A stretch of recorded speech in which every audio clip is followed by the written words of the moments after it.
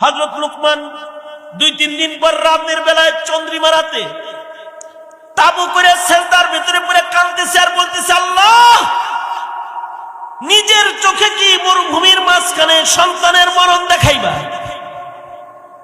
ওগো আল্লাহ, নিজের হাতে কি ধুধু প্রান্তরে বাপ হইয়া আমার হাতে আমাকে দিয়া আমার সন্তান দাফন করাইবা? আল্লাহ, এমনটি ইমতিহান তুমি আমি লুকমানকে দিও না। আল্লাহ তাআলা যদি কাউকে ছোট কোনো মুসিবত দেয়, ছোট মুসিবত দিয়া আল্লাহ তাআলা বড় মুসিবত থেকে বান্দাকে বাঁচায়। হযরত লুকমান বলে, ইয়া বুনাইয়া, হে আমার আদরের সন্তান, তোমার ভেতরে 4টি প্রতিজ্ঞা সব সময় তুমি লালন করবে। 4টি প্রতিজ্ঞাকে সব সময় তুমি বাস্তবায়ন করবে। বিশ্বাস করুন, আমাদের যুব সমাজকে নামাজি যদি বানানো যায়, পাহারা দিয়া অপরাধ জগৎ থেকে সরাইতে হবে না। আল্লাহর ওয়াদা হলো ওদের নামাজ ওদেরকে সকল অপরাধ থেকে বাঁচাবে। তার নামাজ তাকে সব অপরাধ থেকে বাঁচাবে।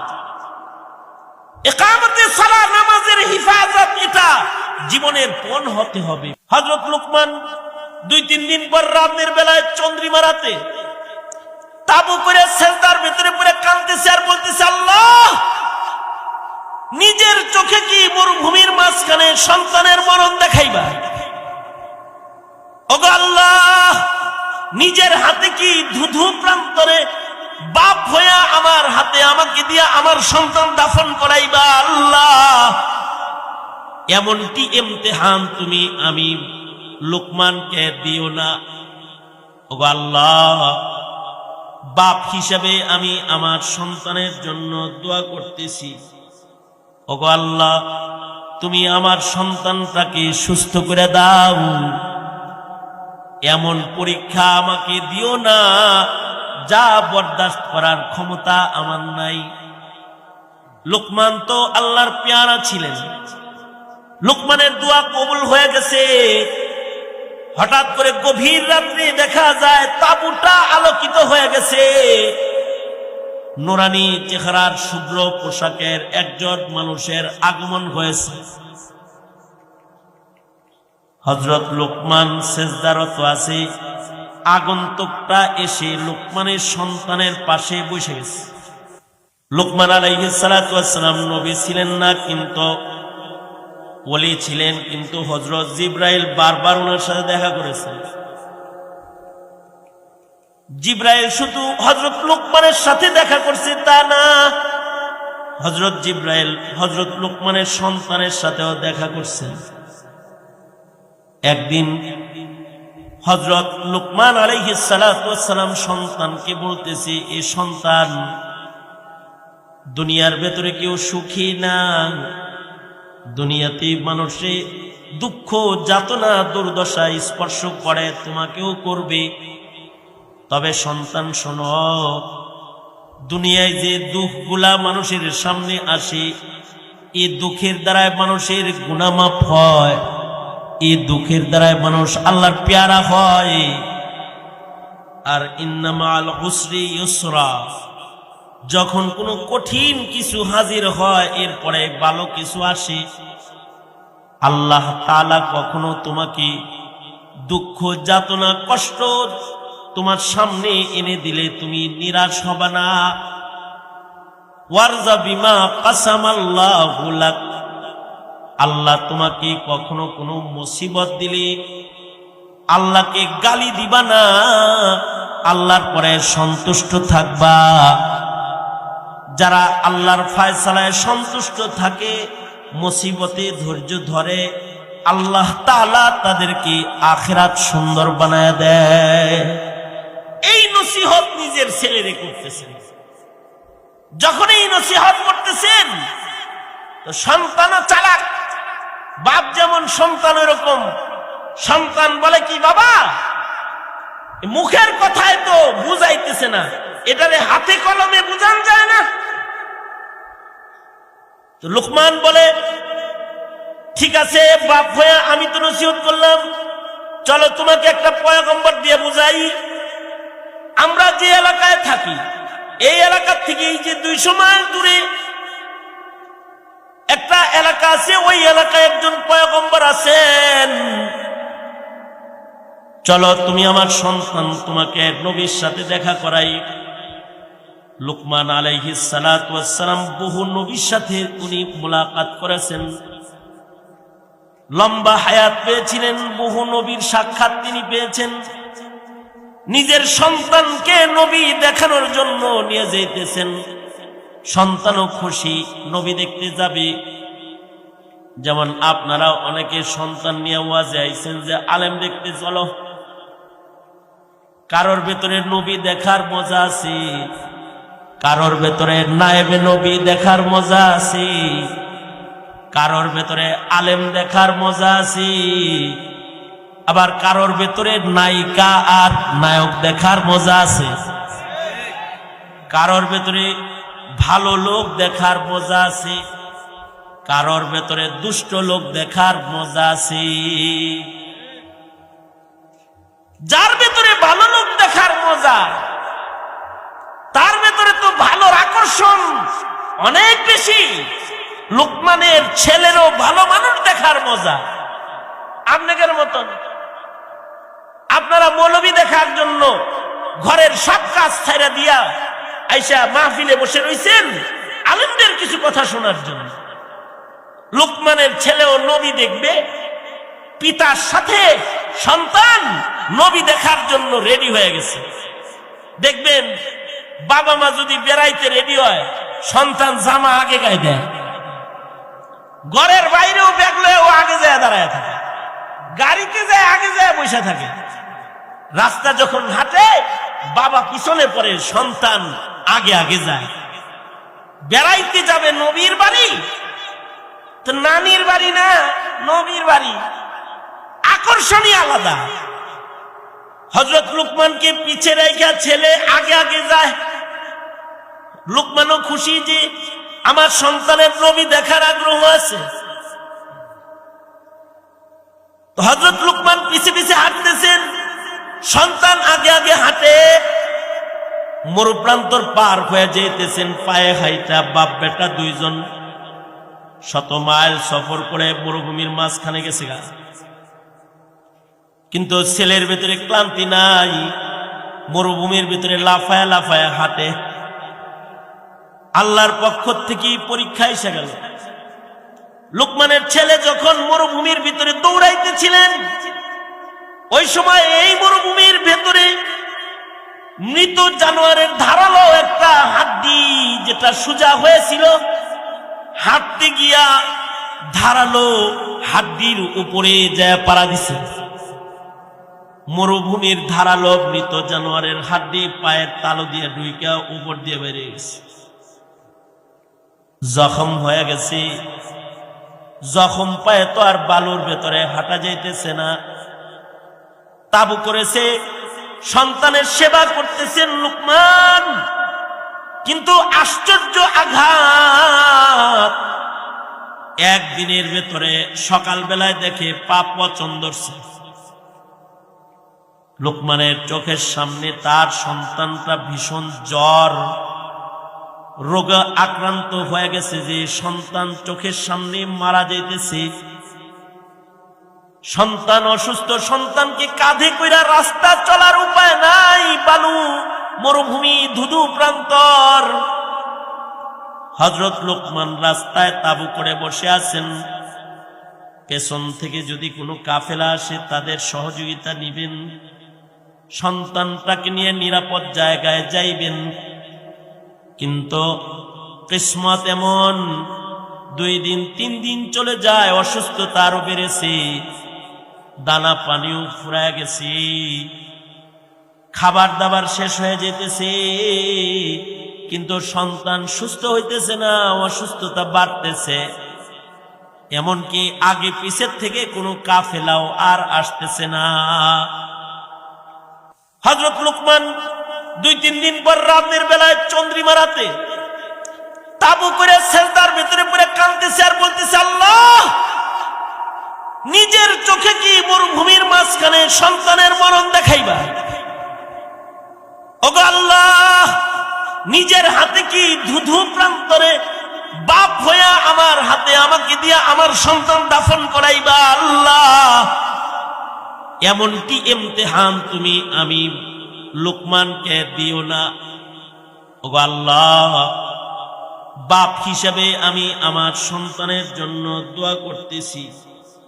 ওগো আল্লাহ, তুমি আমার সন্তানটাকে সুস্থ করে দাও, এমন পরীক্ষা আমাকে দিও না যা বরদাস্ত করার ক্ষমতা আমার নাই। লোকমান তো আল্লাহর পেয়ারা ছিলেন, লোকমানের দোয়া কবুল হয়ে গেছে। হঠাৎ করে গভীর রাত্রে দেখা যায় তাঁবুটা আলোকিত হয়ে গেছে। নুরানি চেহারার শুভ্র পোশাকের একজন মানুষের আগমন হয়েছে। হযরত লোকমান সেজদারত আছে, আগন্তুকটা এসে লোকমানের সন্তানের পাশে বসে গেছে। কপালে হাত দিয়ে বলে, কেমন আছো হে সন্তান? কাইফা হালুকা ইয়া ওয়ালাদ, কেমন আছো তুমি? সন্তান বলে, আলহামদুলিল্লাহ, আল্লাহ অনেক ভালো রাখছেন। এই যে অসুস্থ সন্তান, কোনো অভিযোগ নাই, মুখ দিয়া বলে আলহামদুলিল্লাহ, আল্লাহ ভালো রাখছেন। আরাফতানি ইয়া ওয়ালাদ, এই বাচ্চা তুমি কি আমায় চিনছো? আমি কে? না, চিনি নাই। কে আপনি? আগন্তুক বলে, আনা জিব্রাইল, আমি ফেরেশতাদের সর্দার জিব্রাইল। হ্যাঁ, আপনার কথা বাবার কাছে শুনছি, আমি তোমায় দেখতে এসেছি। কোথায় কি হয়েছে তোমার দেখি তো। এই যে দেখেন, পায়ের তালু দিয়া মরা জানোয়ারের হাড্ডি ঢুইকা উপর দিয়া বেরিয়েছে, পচন ধরছে। হযরত জিব্রাইল লোকমান আলাইহিস সালামের সন্তানের পায়ের আঘাতের জায়গায় হাতের টাচ করেছে। ছোঁয়া লাগার সাথে সাথে মুহূর্তের ভেতরে সন্তান সুস্থ হয়ে গেছে। সন্তান এবার বাবাকে বলতেছে, আব্বাজান মাথা তুলুন, আব্বাজান। সত্যই তো যারা সবর করে তাদের আল্লাহ তাআলা কষ্টের পরে ভালো জিনিস দেয়। আমার পায়ে মৃত জানোয়ারের হাড্ডি ঢুকছে, আমি সবর করেছি। নবী দেখার জন্য রওনা করছিলাম, আল্লাহ তাআলা নবীর শিক্ষক দেখায় দিল। জিব্রাইলের সাথে আল্লাহ মুলাকাত করায় দিছি। হযরত জিব্রাইল বলে, সন্তান, কাহিনী ঘটনা এখানেই শেষ নয়। আল্লাহ তাআলা যদি কাউকে ছোট কোনো মুসিবত দেয়, ছোট মুসিবত দিয়া আল্লাহ তাআলা বড় মুসিবত থেকে বান্দাকে বাঁচায়। তোমার পায়ের তালু দিয়া যে মৃত জানোয়ারের হাড্ডি ঢুকছে, এটা ছোট মুসিবত, এটার কারণে তুমি অসুস্থ হয়েছ। আসলে আল্লাহ তাআলা তোমাদের বাপ বেটাকে অসুস্থতা দিয়া মরুভূমিতে আটকাইছেন, ওই এলাকায় যেতে দেন নাই যে এলাকায় তোমরা যাইতেছিলে। কারণ ওখানে যদি যাইতা তাহলে বড় মুসিবতে পড়তা। কারণ ওই এলাকার মানুষ এলাকার পয়গম্বরের সাথে বেয়াদবি করার কারণে আল্লাহ তাআলা তাদের উপরে পাথরের বৃষ্টি বর্ষণ করেছেন। তোমরা যদি ওই এলাকায় ঢুকতা তাহলে বাপ বেটা পাথরের আঘাতে মারা যাইতা। আল্লাহ তাআলা পায়ের ভেতরে ক্ষত কইরা ছোট মুসিবত দিয়া বড় মুসিবত থেকে আল্লাহ তোমাদের বাঁচাইছেন। অর্থাৎ মানব জীবনের ছোট মুসিবত আসে বড় মুসিবত থেকে তাকে বাঁচাইতে। এ কারণে হযরত লোকমান নিজের সন্তানকে নসিহত করতেছেন। নসিহতটা আল্লাহ পাকের পছন্দ হয়ে গেছে, তো কোরআনের আয়াত বানাইছে আল্লাহ। হযরত লোকমান বলে, ইয়া বুনাইয়া, হে আমার আদরের সন্তান, তোমার ভেতরে 4টি প্রতিজ্ঞা সব সময় তুমি লালন করবে, 4টি প্রতিজ্ঞাকে সব সময় তুমি বাস্তবায়ন করবে। 4টা কাম হবে তোমার জীবন পণ, জীবন প্রতিজ্ঞা। ইয়া বুনাইয়া আকিমিস সালাহ, এই সন্তান নামাজ কায়েম করা হবে তোমার জীবন প্রতিজ্ঞা। কখনো তুমি নামাজ কাজা করবে না, নিজে পড়বে, অপরকে পড়াবে, হক আদায় করে নামাজ পড়বে, ওক্তমতো নামাজ পড়বে। আকিমিস সালাহ, ইকামতে সালাত জীবন প্রতিজ্ঞা হবে তোমার। কারণ ইকামতে সালাত যাদের হয়ে যায়, নামাজ কায়েমের আদত যাদের ভেতরে এসে যায়, তারা পাপ মুক্ত মানুষ হয়ে যায়। কারণ নামাজীদেরকে তাদের নামাজ সকল প্রকারের গুনাহ থেকে বাঁচায় রাখবে। নামাজির নামাজ তাকে হার কিসমের পাপাচার থেকে হিফাজত করবে। গ্যারান্টার স্বয়ং আল্লাহ। ইন্নাস সালাতা তানহা আনিল ফাহশাই ওয়াল মুনকার, নিশ্চয়ই নামাজ মানুষকে সব পাপাচার থেকে বাঁচায়। বিশ্বাস করুন, আমাদের যুব সমাজকে নামাজি যদি বানানো যায়, পাহারা দিয়া অপরাধ জগৎ থেকে সরাইতে হবে না। আল্লাহর ওয়াদা হলো ওদের নামাজ ওদেরকে সকল অপরাধ থেকে বাঁচাবে। তার নামাজ তাকে সব অপরাধ থেকে বাঁচাবে। ইকামতে সালাত, নামাজের হিফাজত, এটা জীবনের পণ হতে হবে, পণ প্রতিজ্ঞা। আদর্শ পিতা লুকমানের নসিহত সন্তানের জন্য। দ্বিতীয় নাম্বার পণ হলো ওয়া'মুর বিল মা'রুফ, মানুষকে ভালো কাজের আদেশ করো, অন্যকে ভালো কাজের দিকে আহ্বান করা, দাওয়াত দেওয়া, ভালো কাজের দাওয়াতি কাজে নিজেকে নিয়োজিত রাখা। দাওয়াত তাবলীগ, মানুষকে দ্বীনের দাওয়াত দেওয়া, ভালো কথার দাওয়াত দেওয়া। সুতরাং আমাদের জীবনে এই কাজগুলো আমরা আমাদের পণ বানাবো। আমরা যারা আছি, আমরা আমাদের সন্তানদেরকেও এগুলো পণ বানাইতে বলবো। সন্তানদেরকে বলবো, সন্তানরা নামাজ ছাড়বা না, সন্তানরা অন্যায় করবা না, সন্তানরা ভালো কাজ করো, ইবাদত বন্দি করো, ধৈর্য ধরো, গুণগুলো হাসিল করো। এগুলো তোমার জীবন পণ। লোকমান তার ছেলেকে বলে, রে সন্তান, এই 4টা কাজ হলো তোমার জীবন পণ, জীবনের প্রতিজ্ঞা।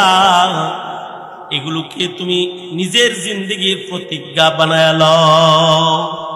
সুতরাং আমরাও নামাজ কাজা করবো না, ইনশাআল্লাহ। বলেন যুব সমাজ, ওয়াদা করো। ইয়া আল্লাহ, জোরে ইয়া আল্লাহ, ওয়াদা করিতেছি আর কোনদিন নামাজ কাজা করব না।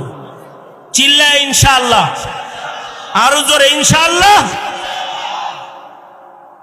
ন্যায়ের কথা বলবো, ন্যায়ের পথে ডাকবো, দাওয়াত তাবলীগ করব, বাতিলের বিরুদ্ধে দুর্বার থাকবো। আমরা দাবি জানাই এখনো কাদিয়ানীদেরকে অমুসলিম ঘোষণা করা হোক। আমরা দাবি জানাই নাস্তিক মুরতাদের শাস্তির বিধান সংসদে আনা হোক। কথা বলেন ঠিক কিনা? জোরে আওয়াজ করে বলেন। আমরা অন্যায় লালন করতে বলি না, আমরা চাই দেশে ইমানি জিন্দেগির শৃঙ্খলা প্রতিষ্ঠা হোক। ঠিক কিনা? ভালো কথা বলতে হবে, ভালো আদেশ করতে হবে, অন্যায়ের প্রতিবাদ করতে হবে।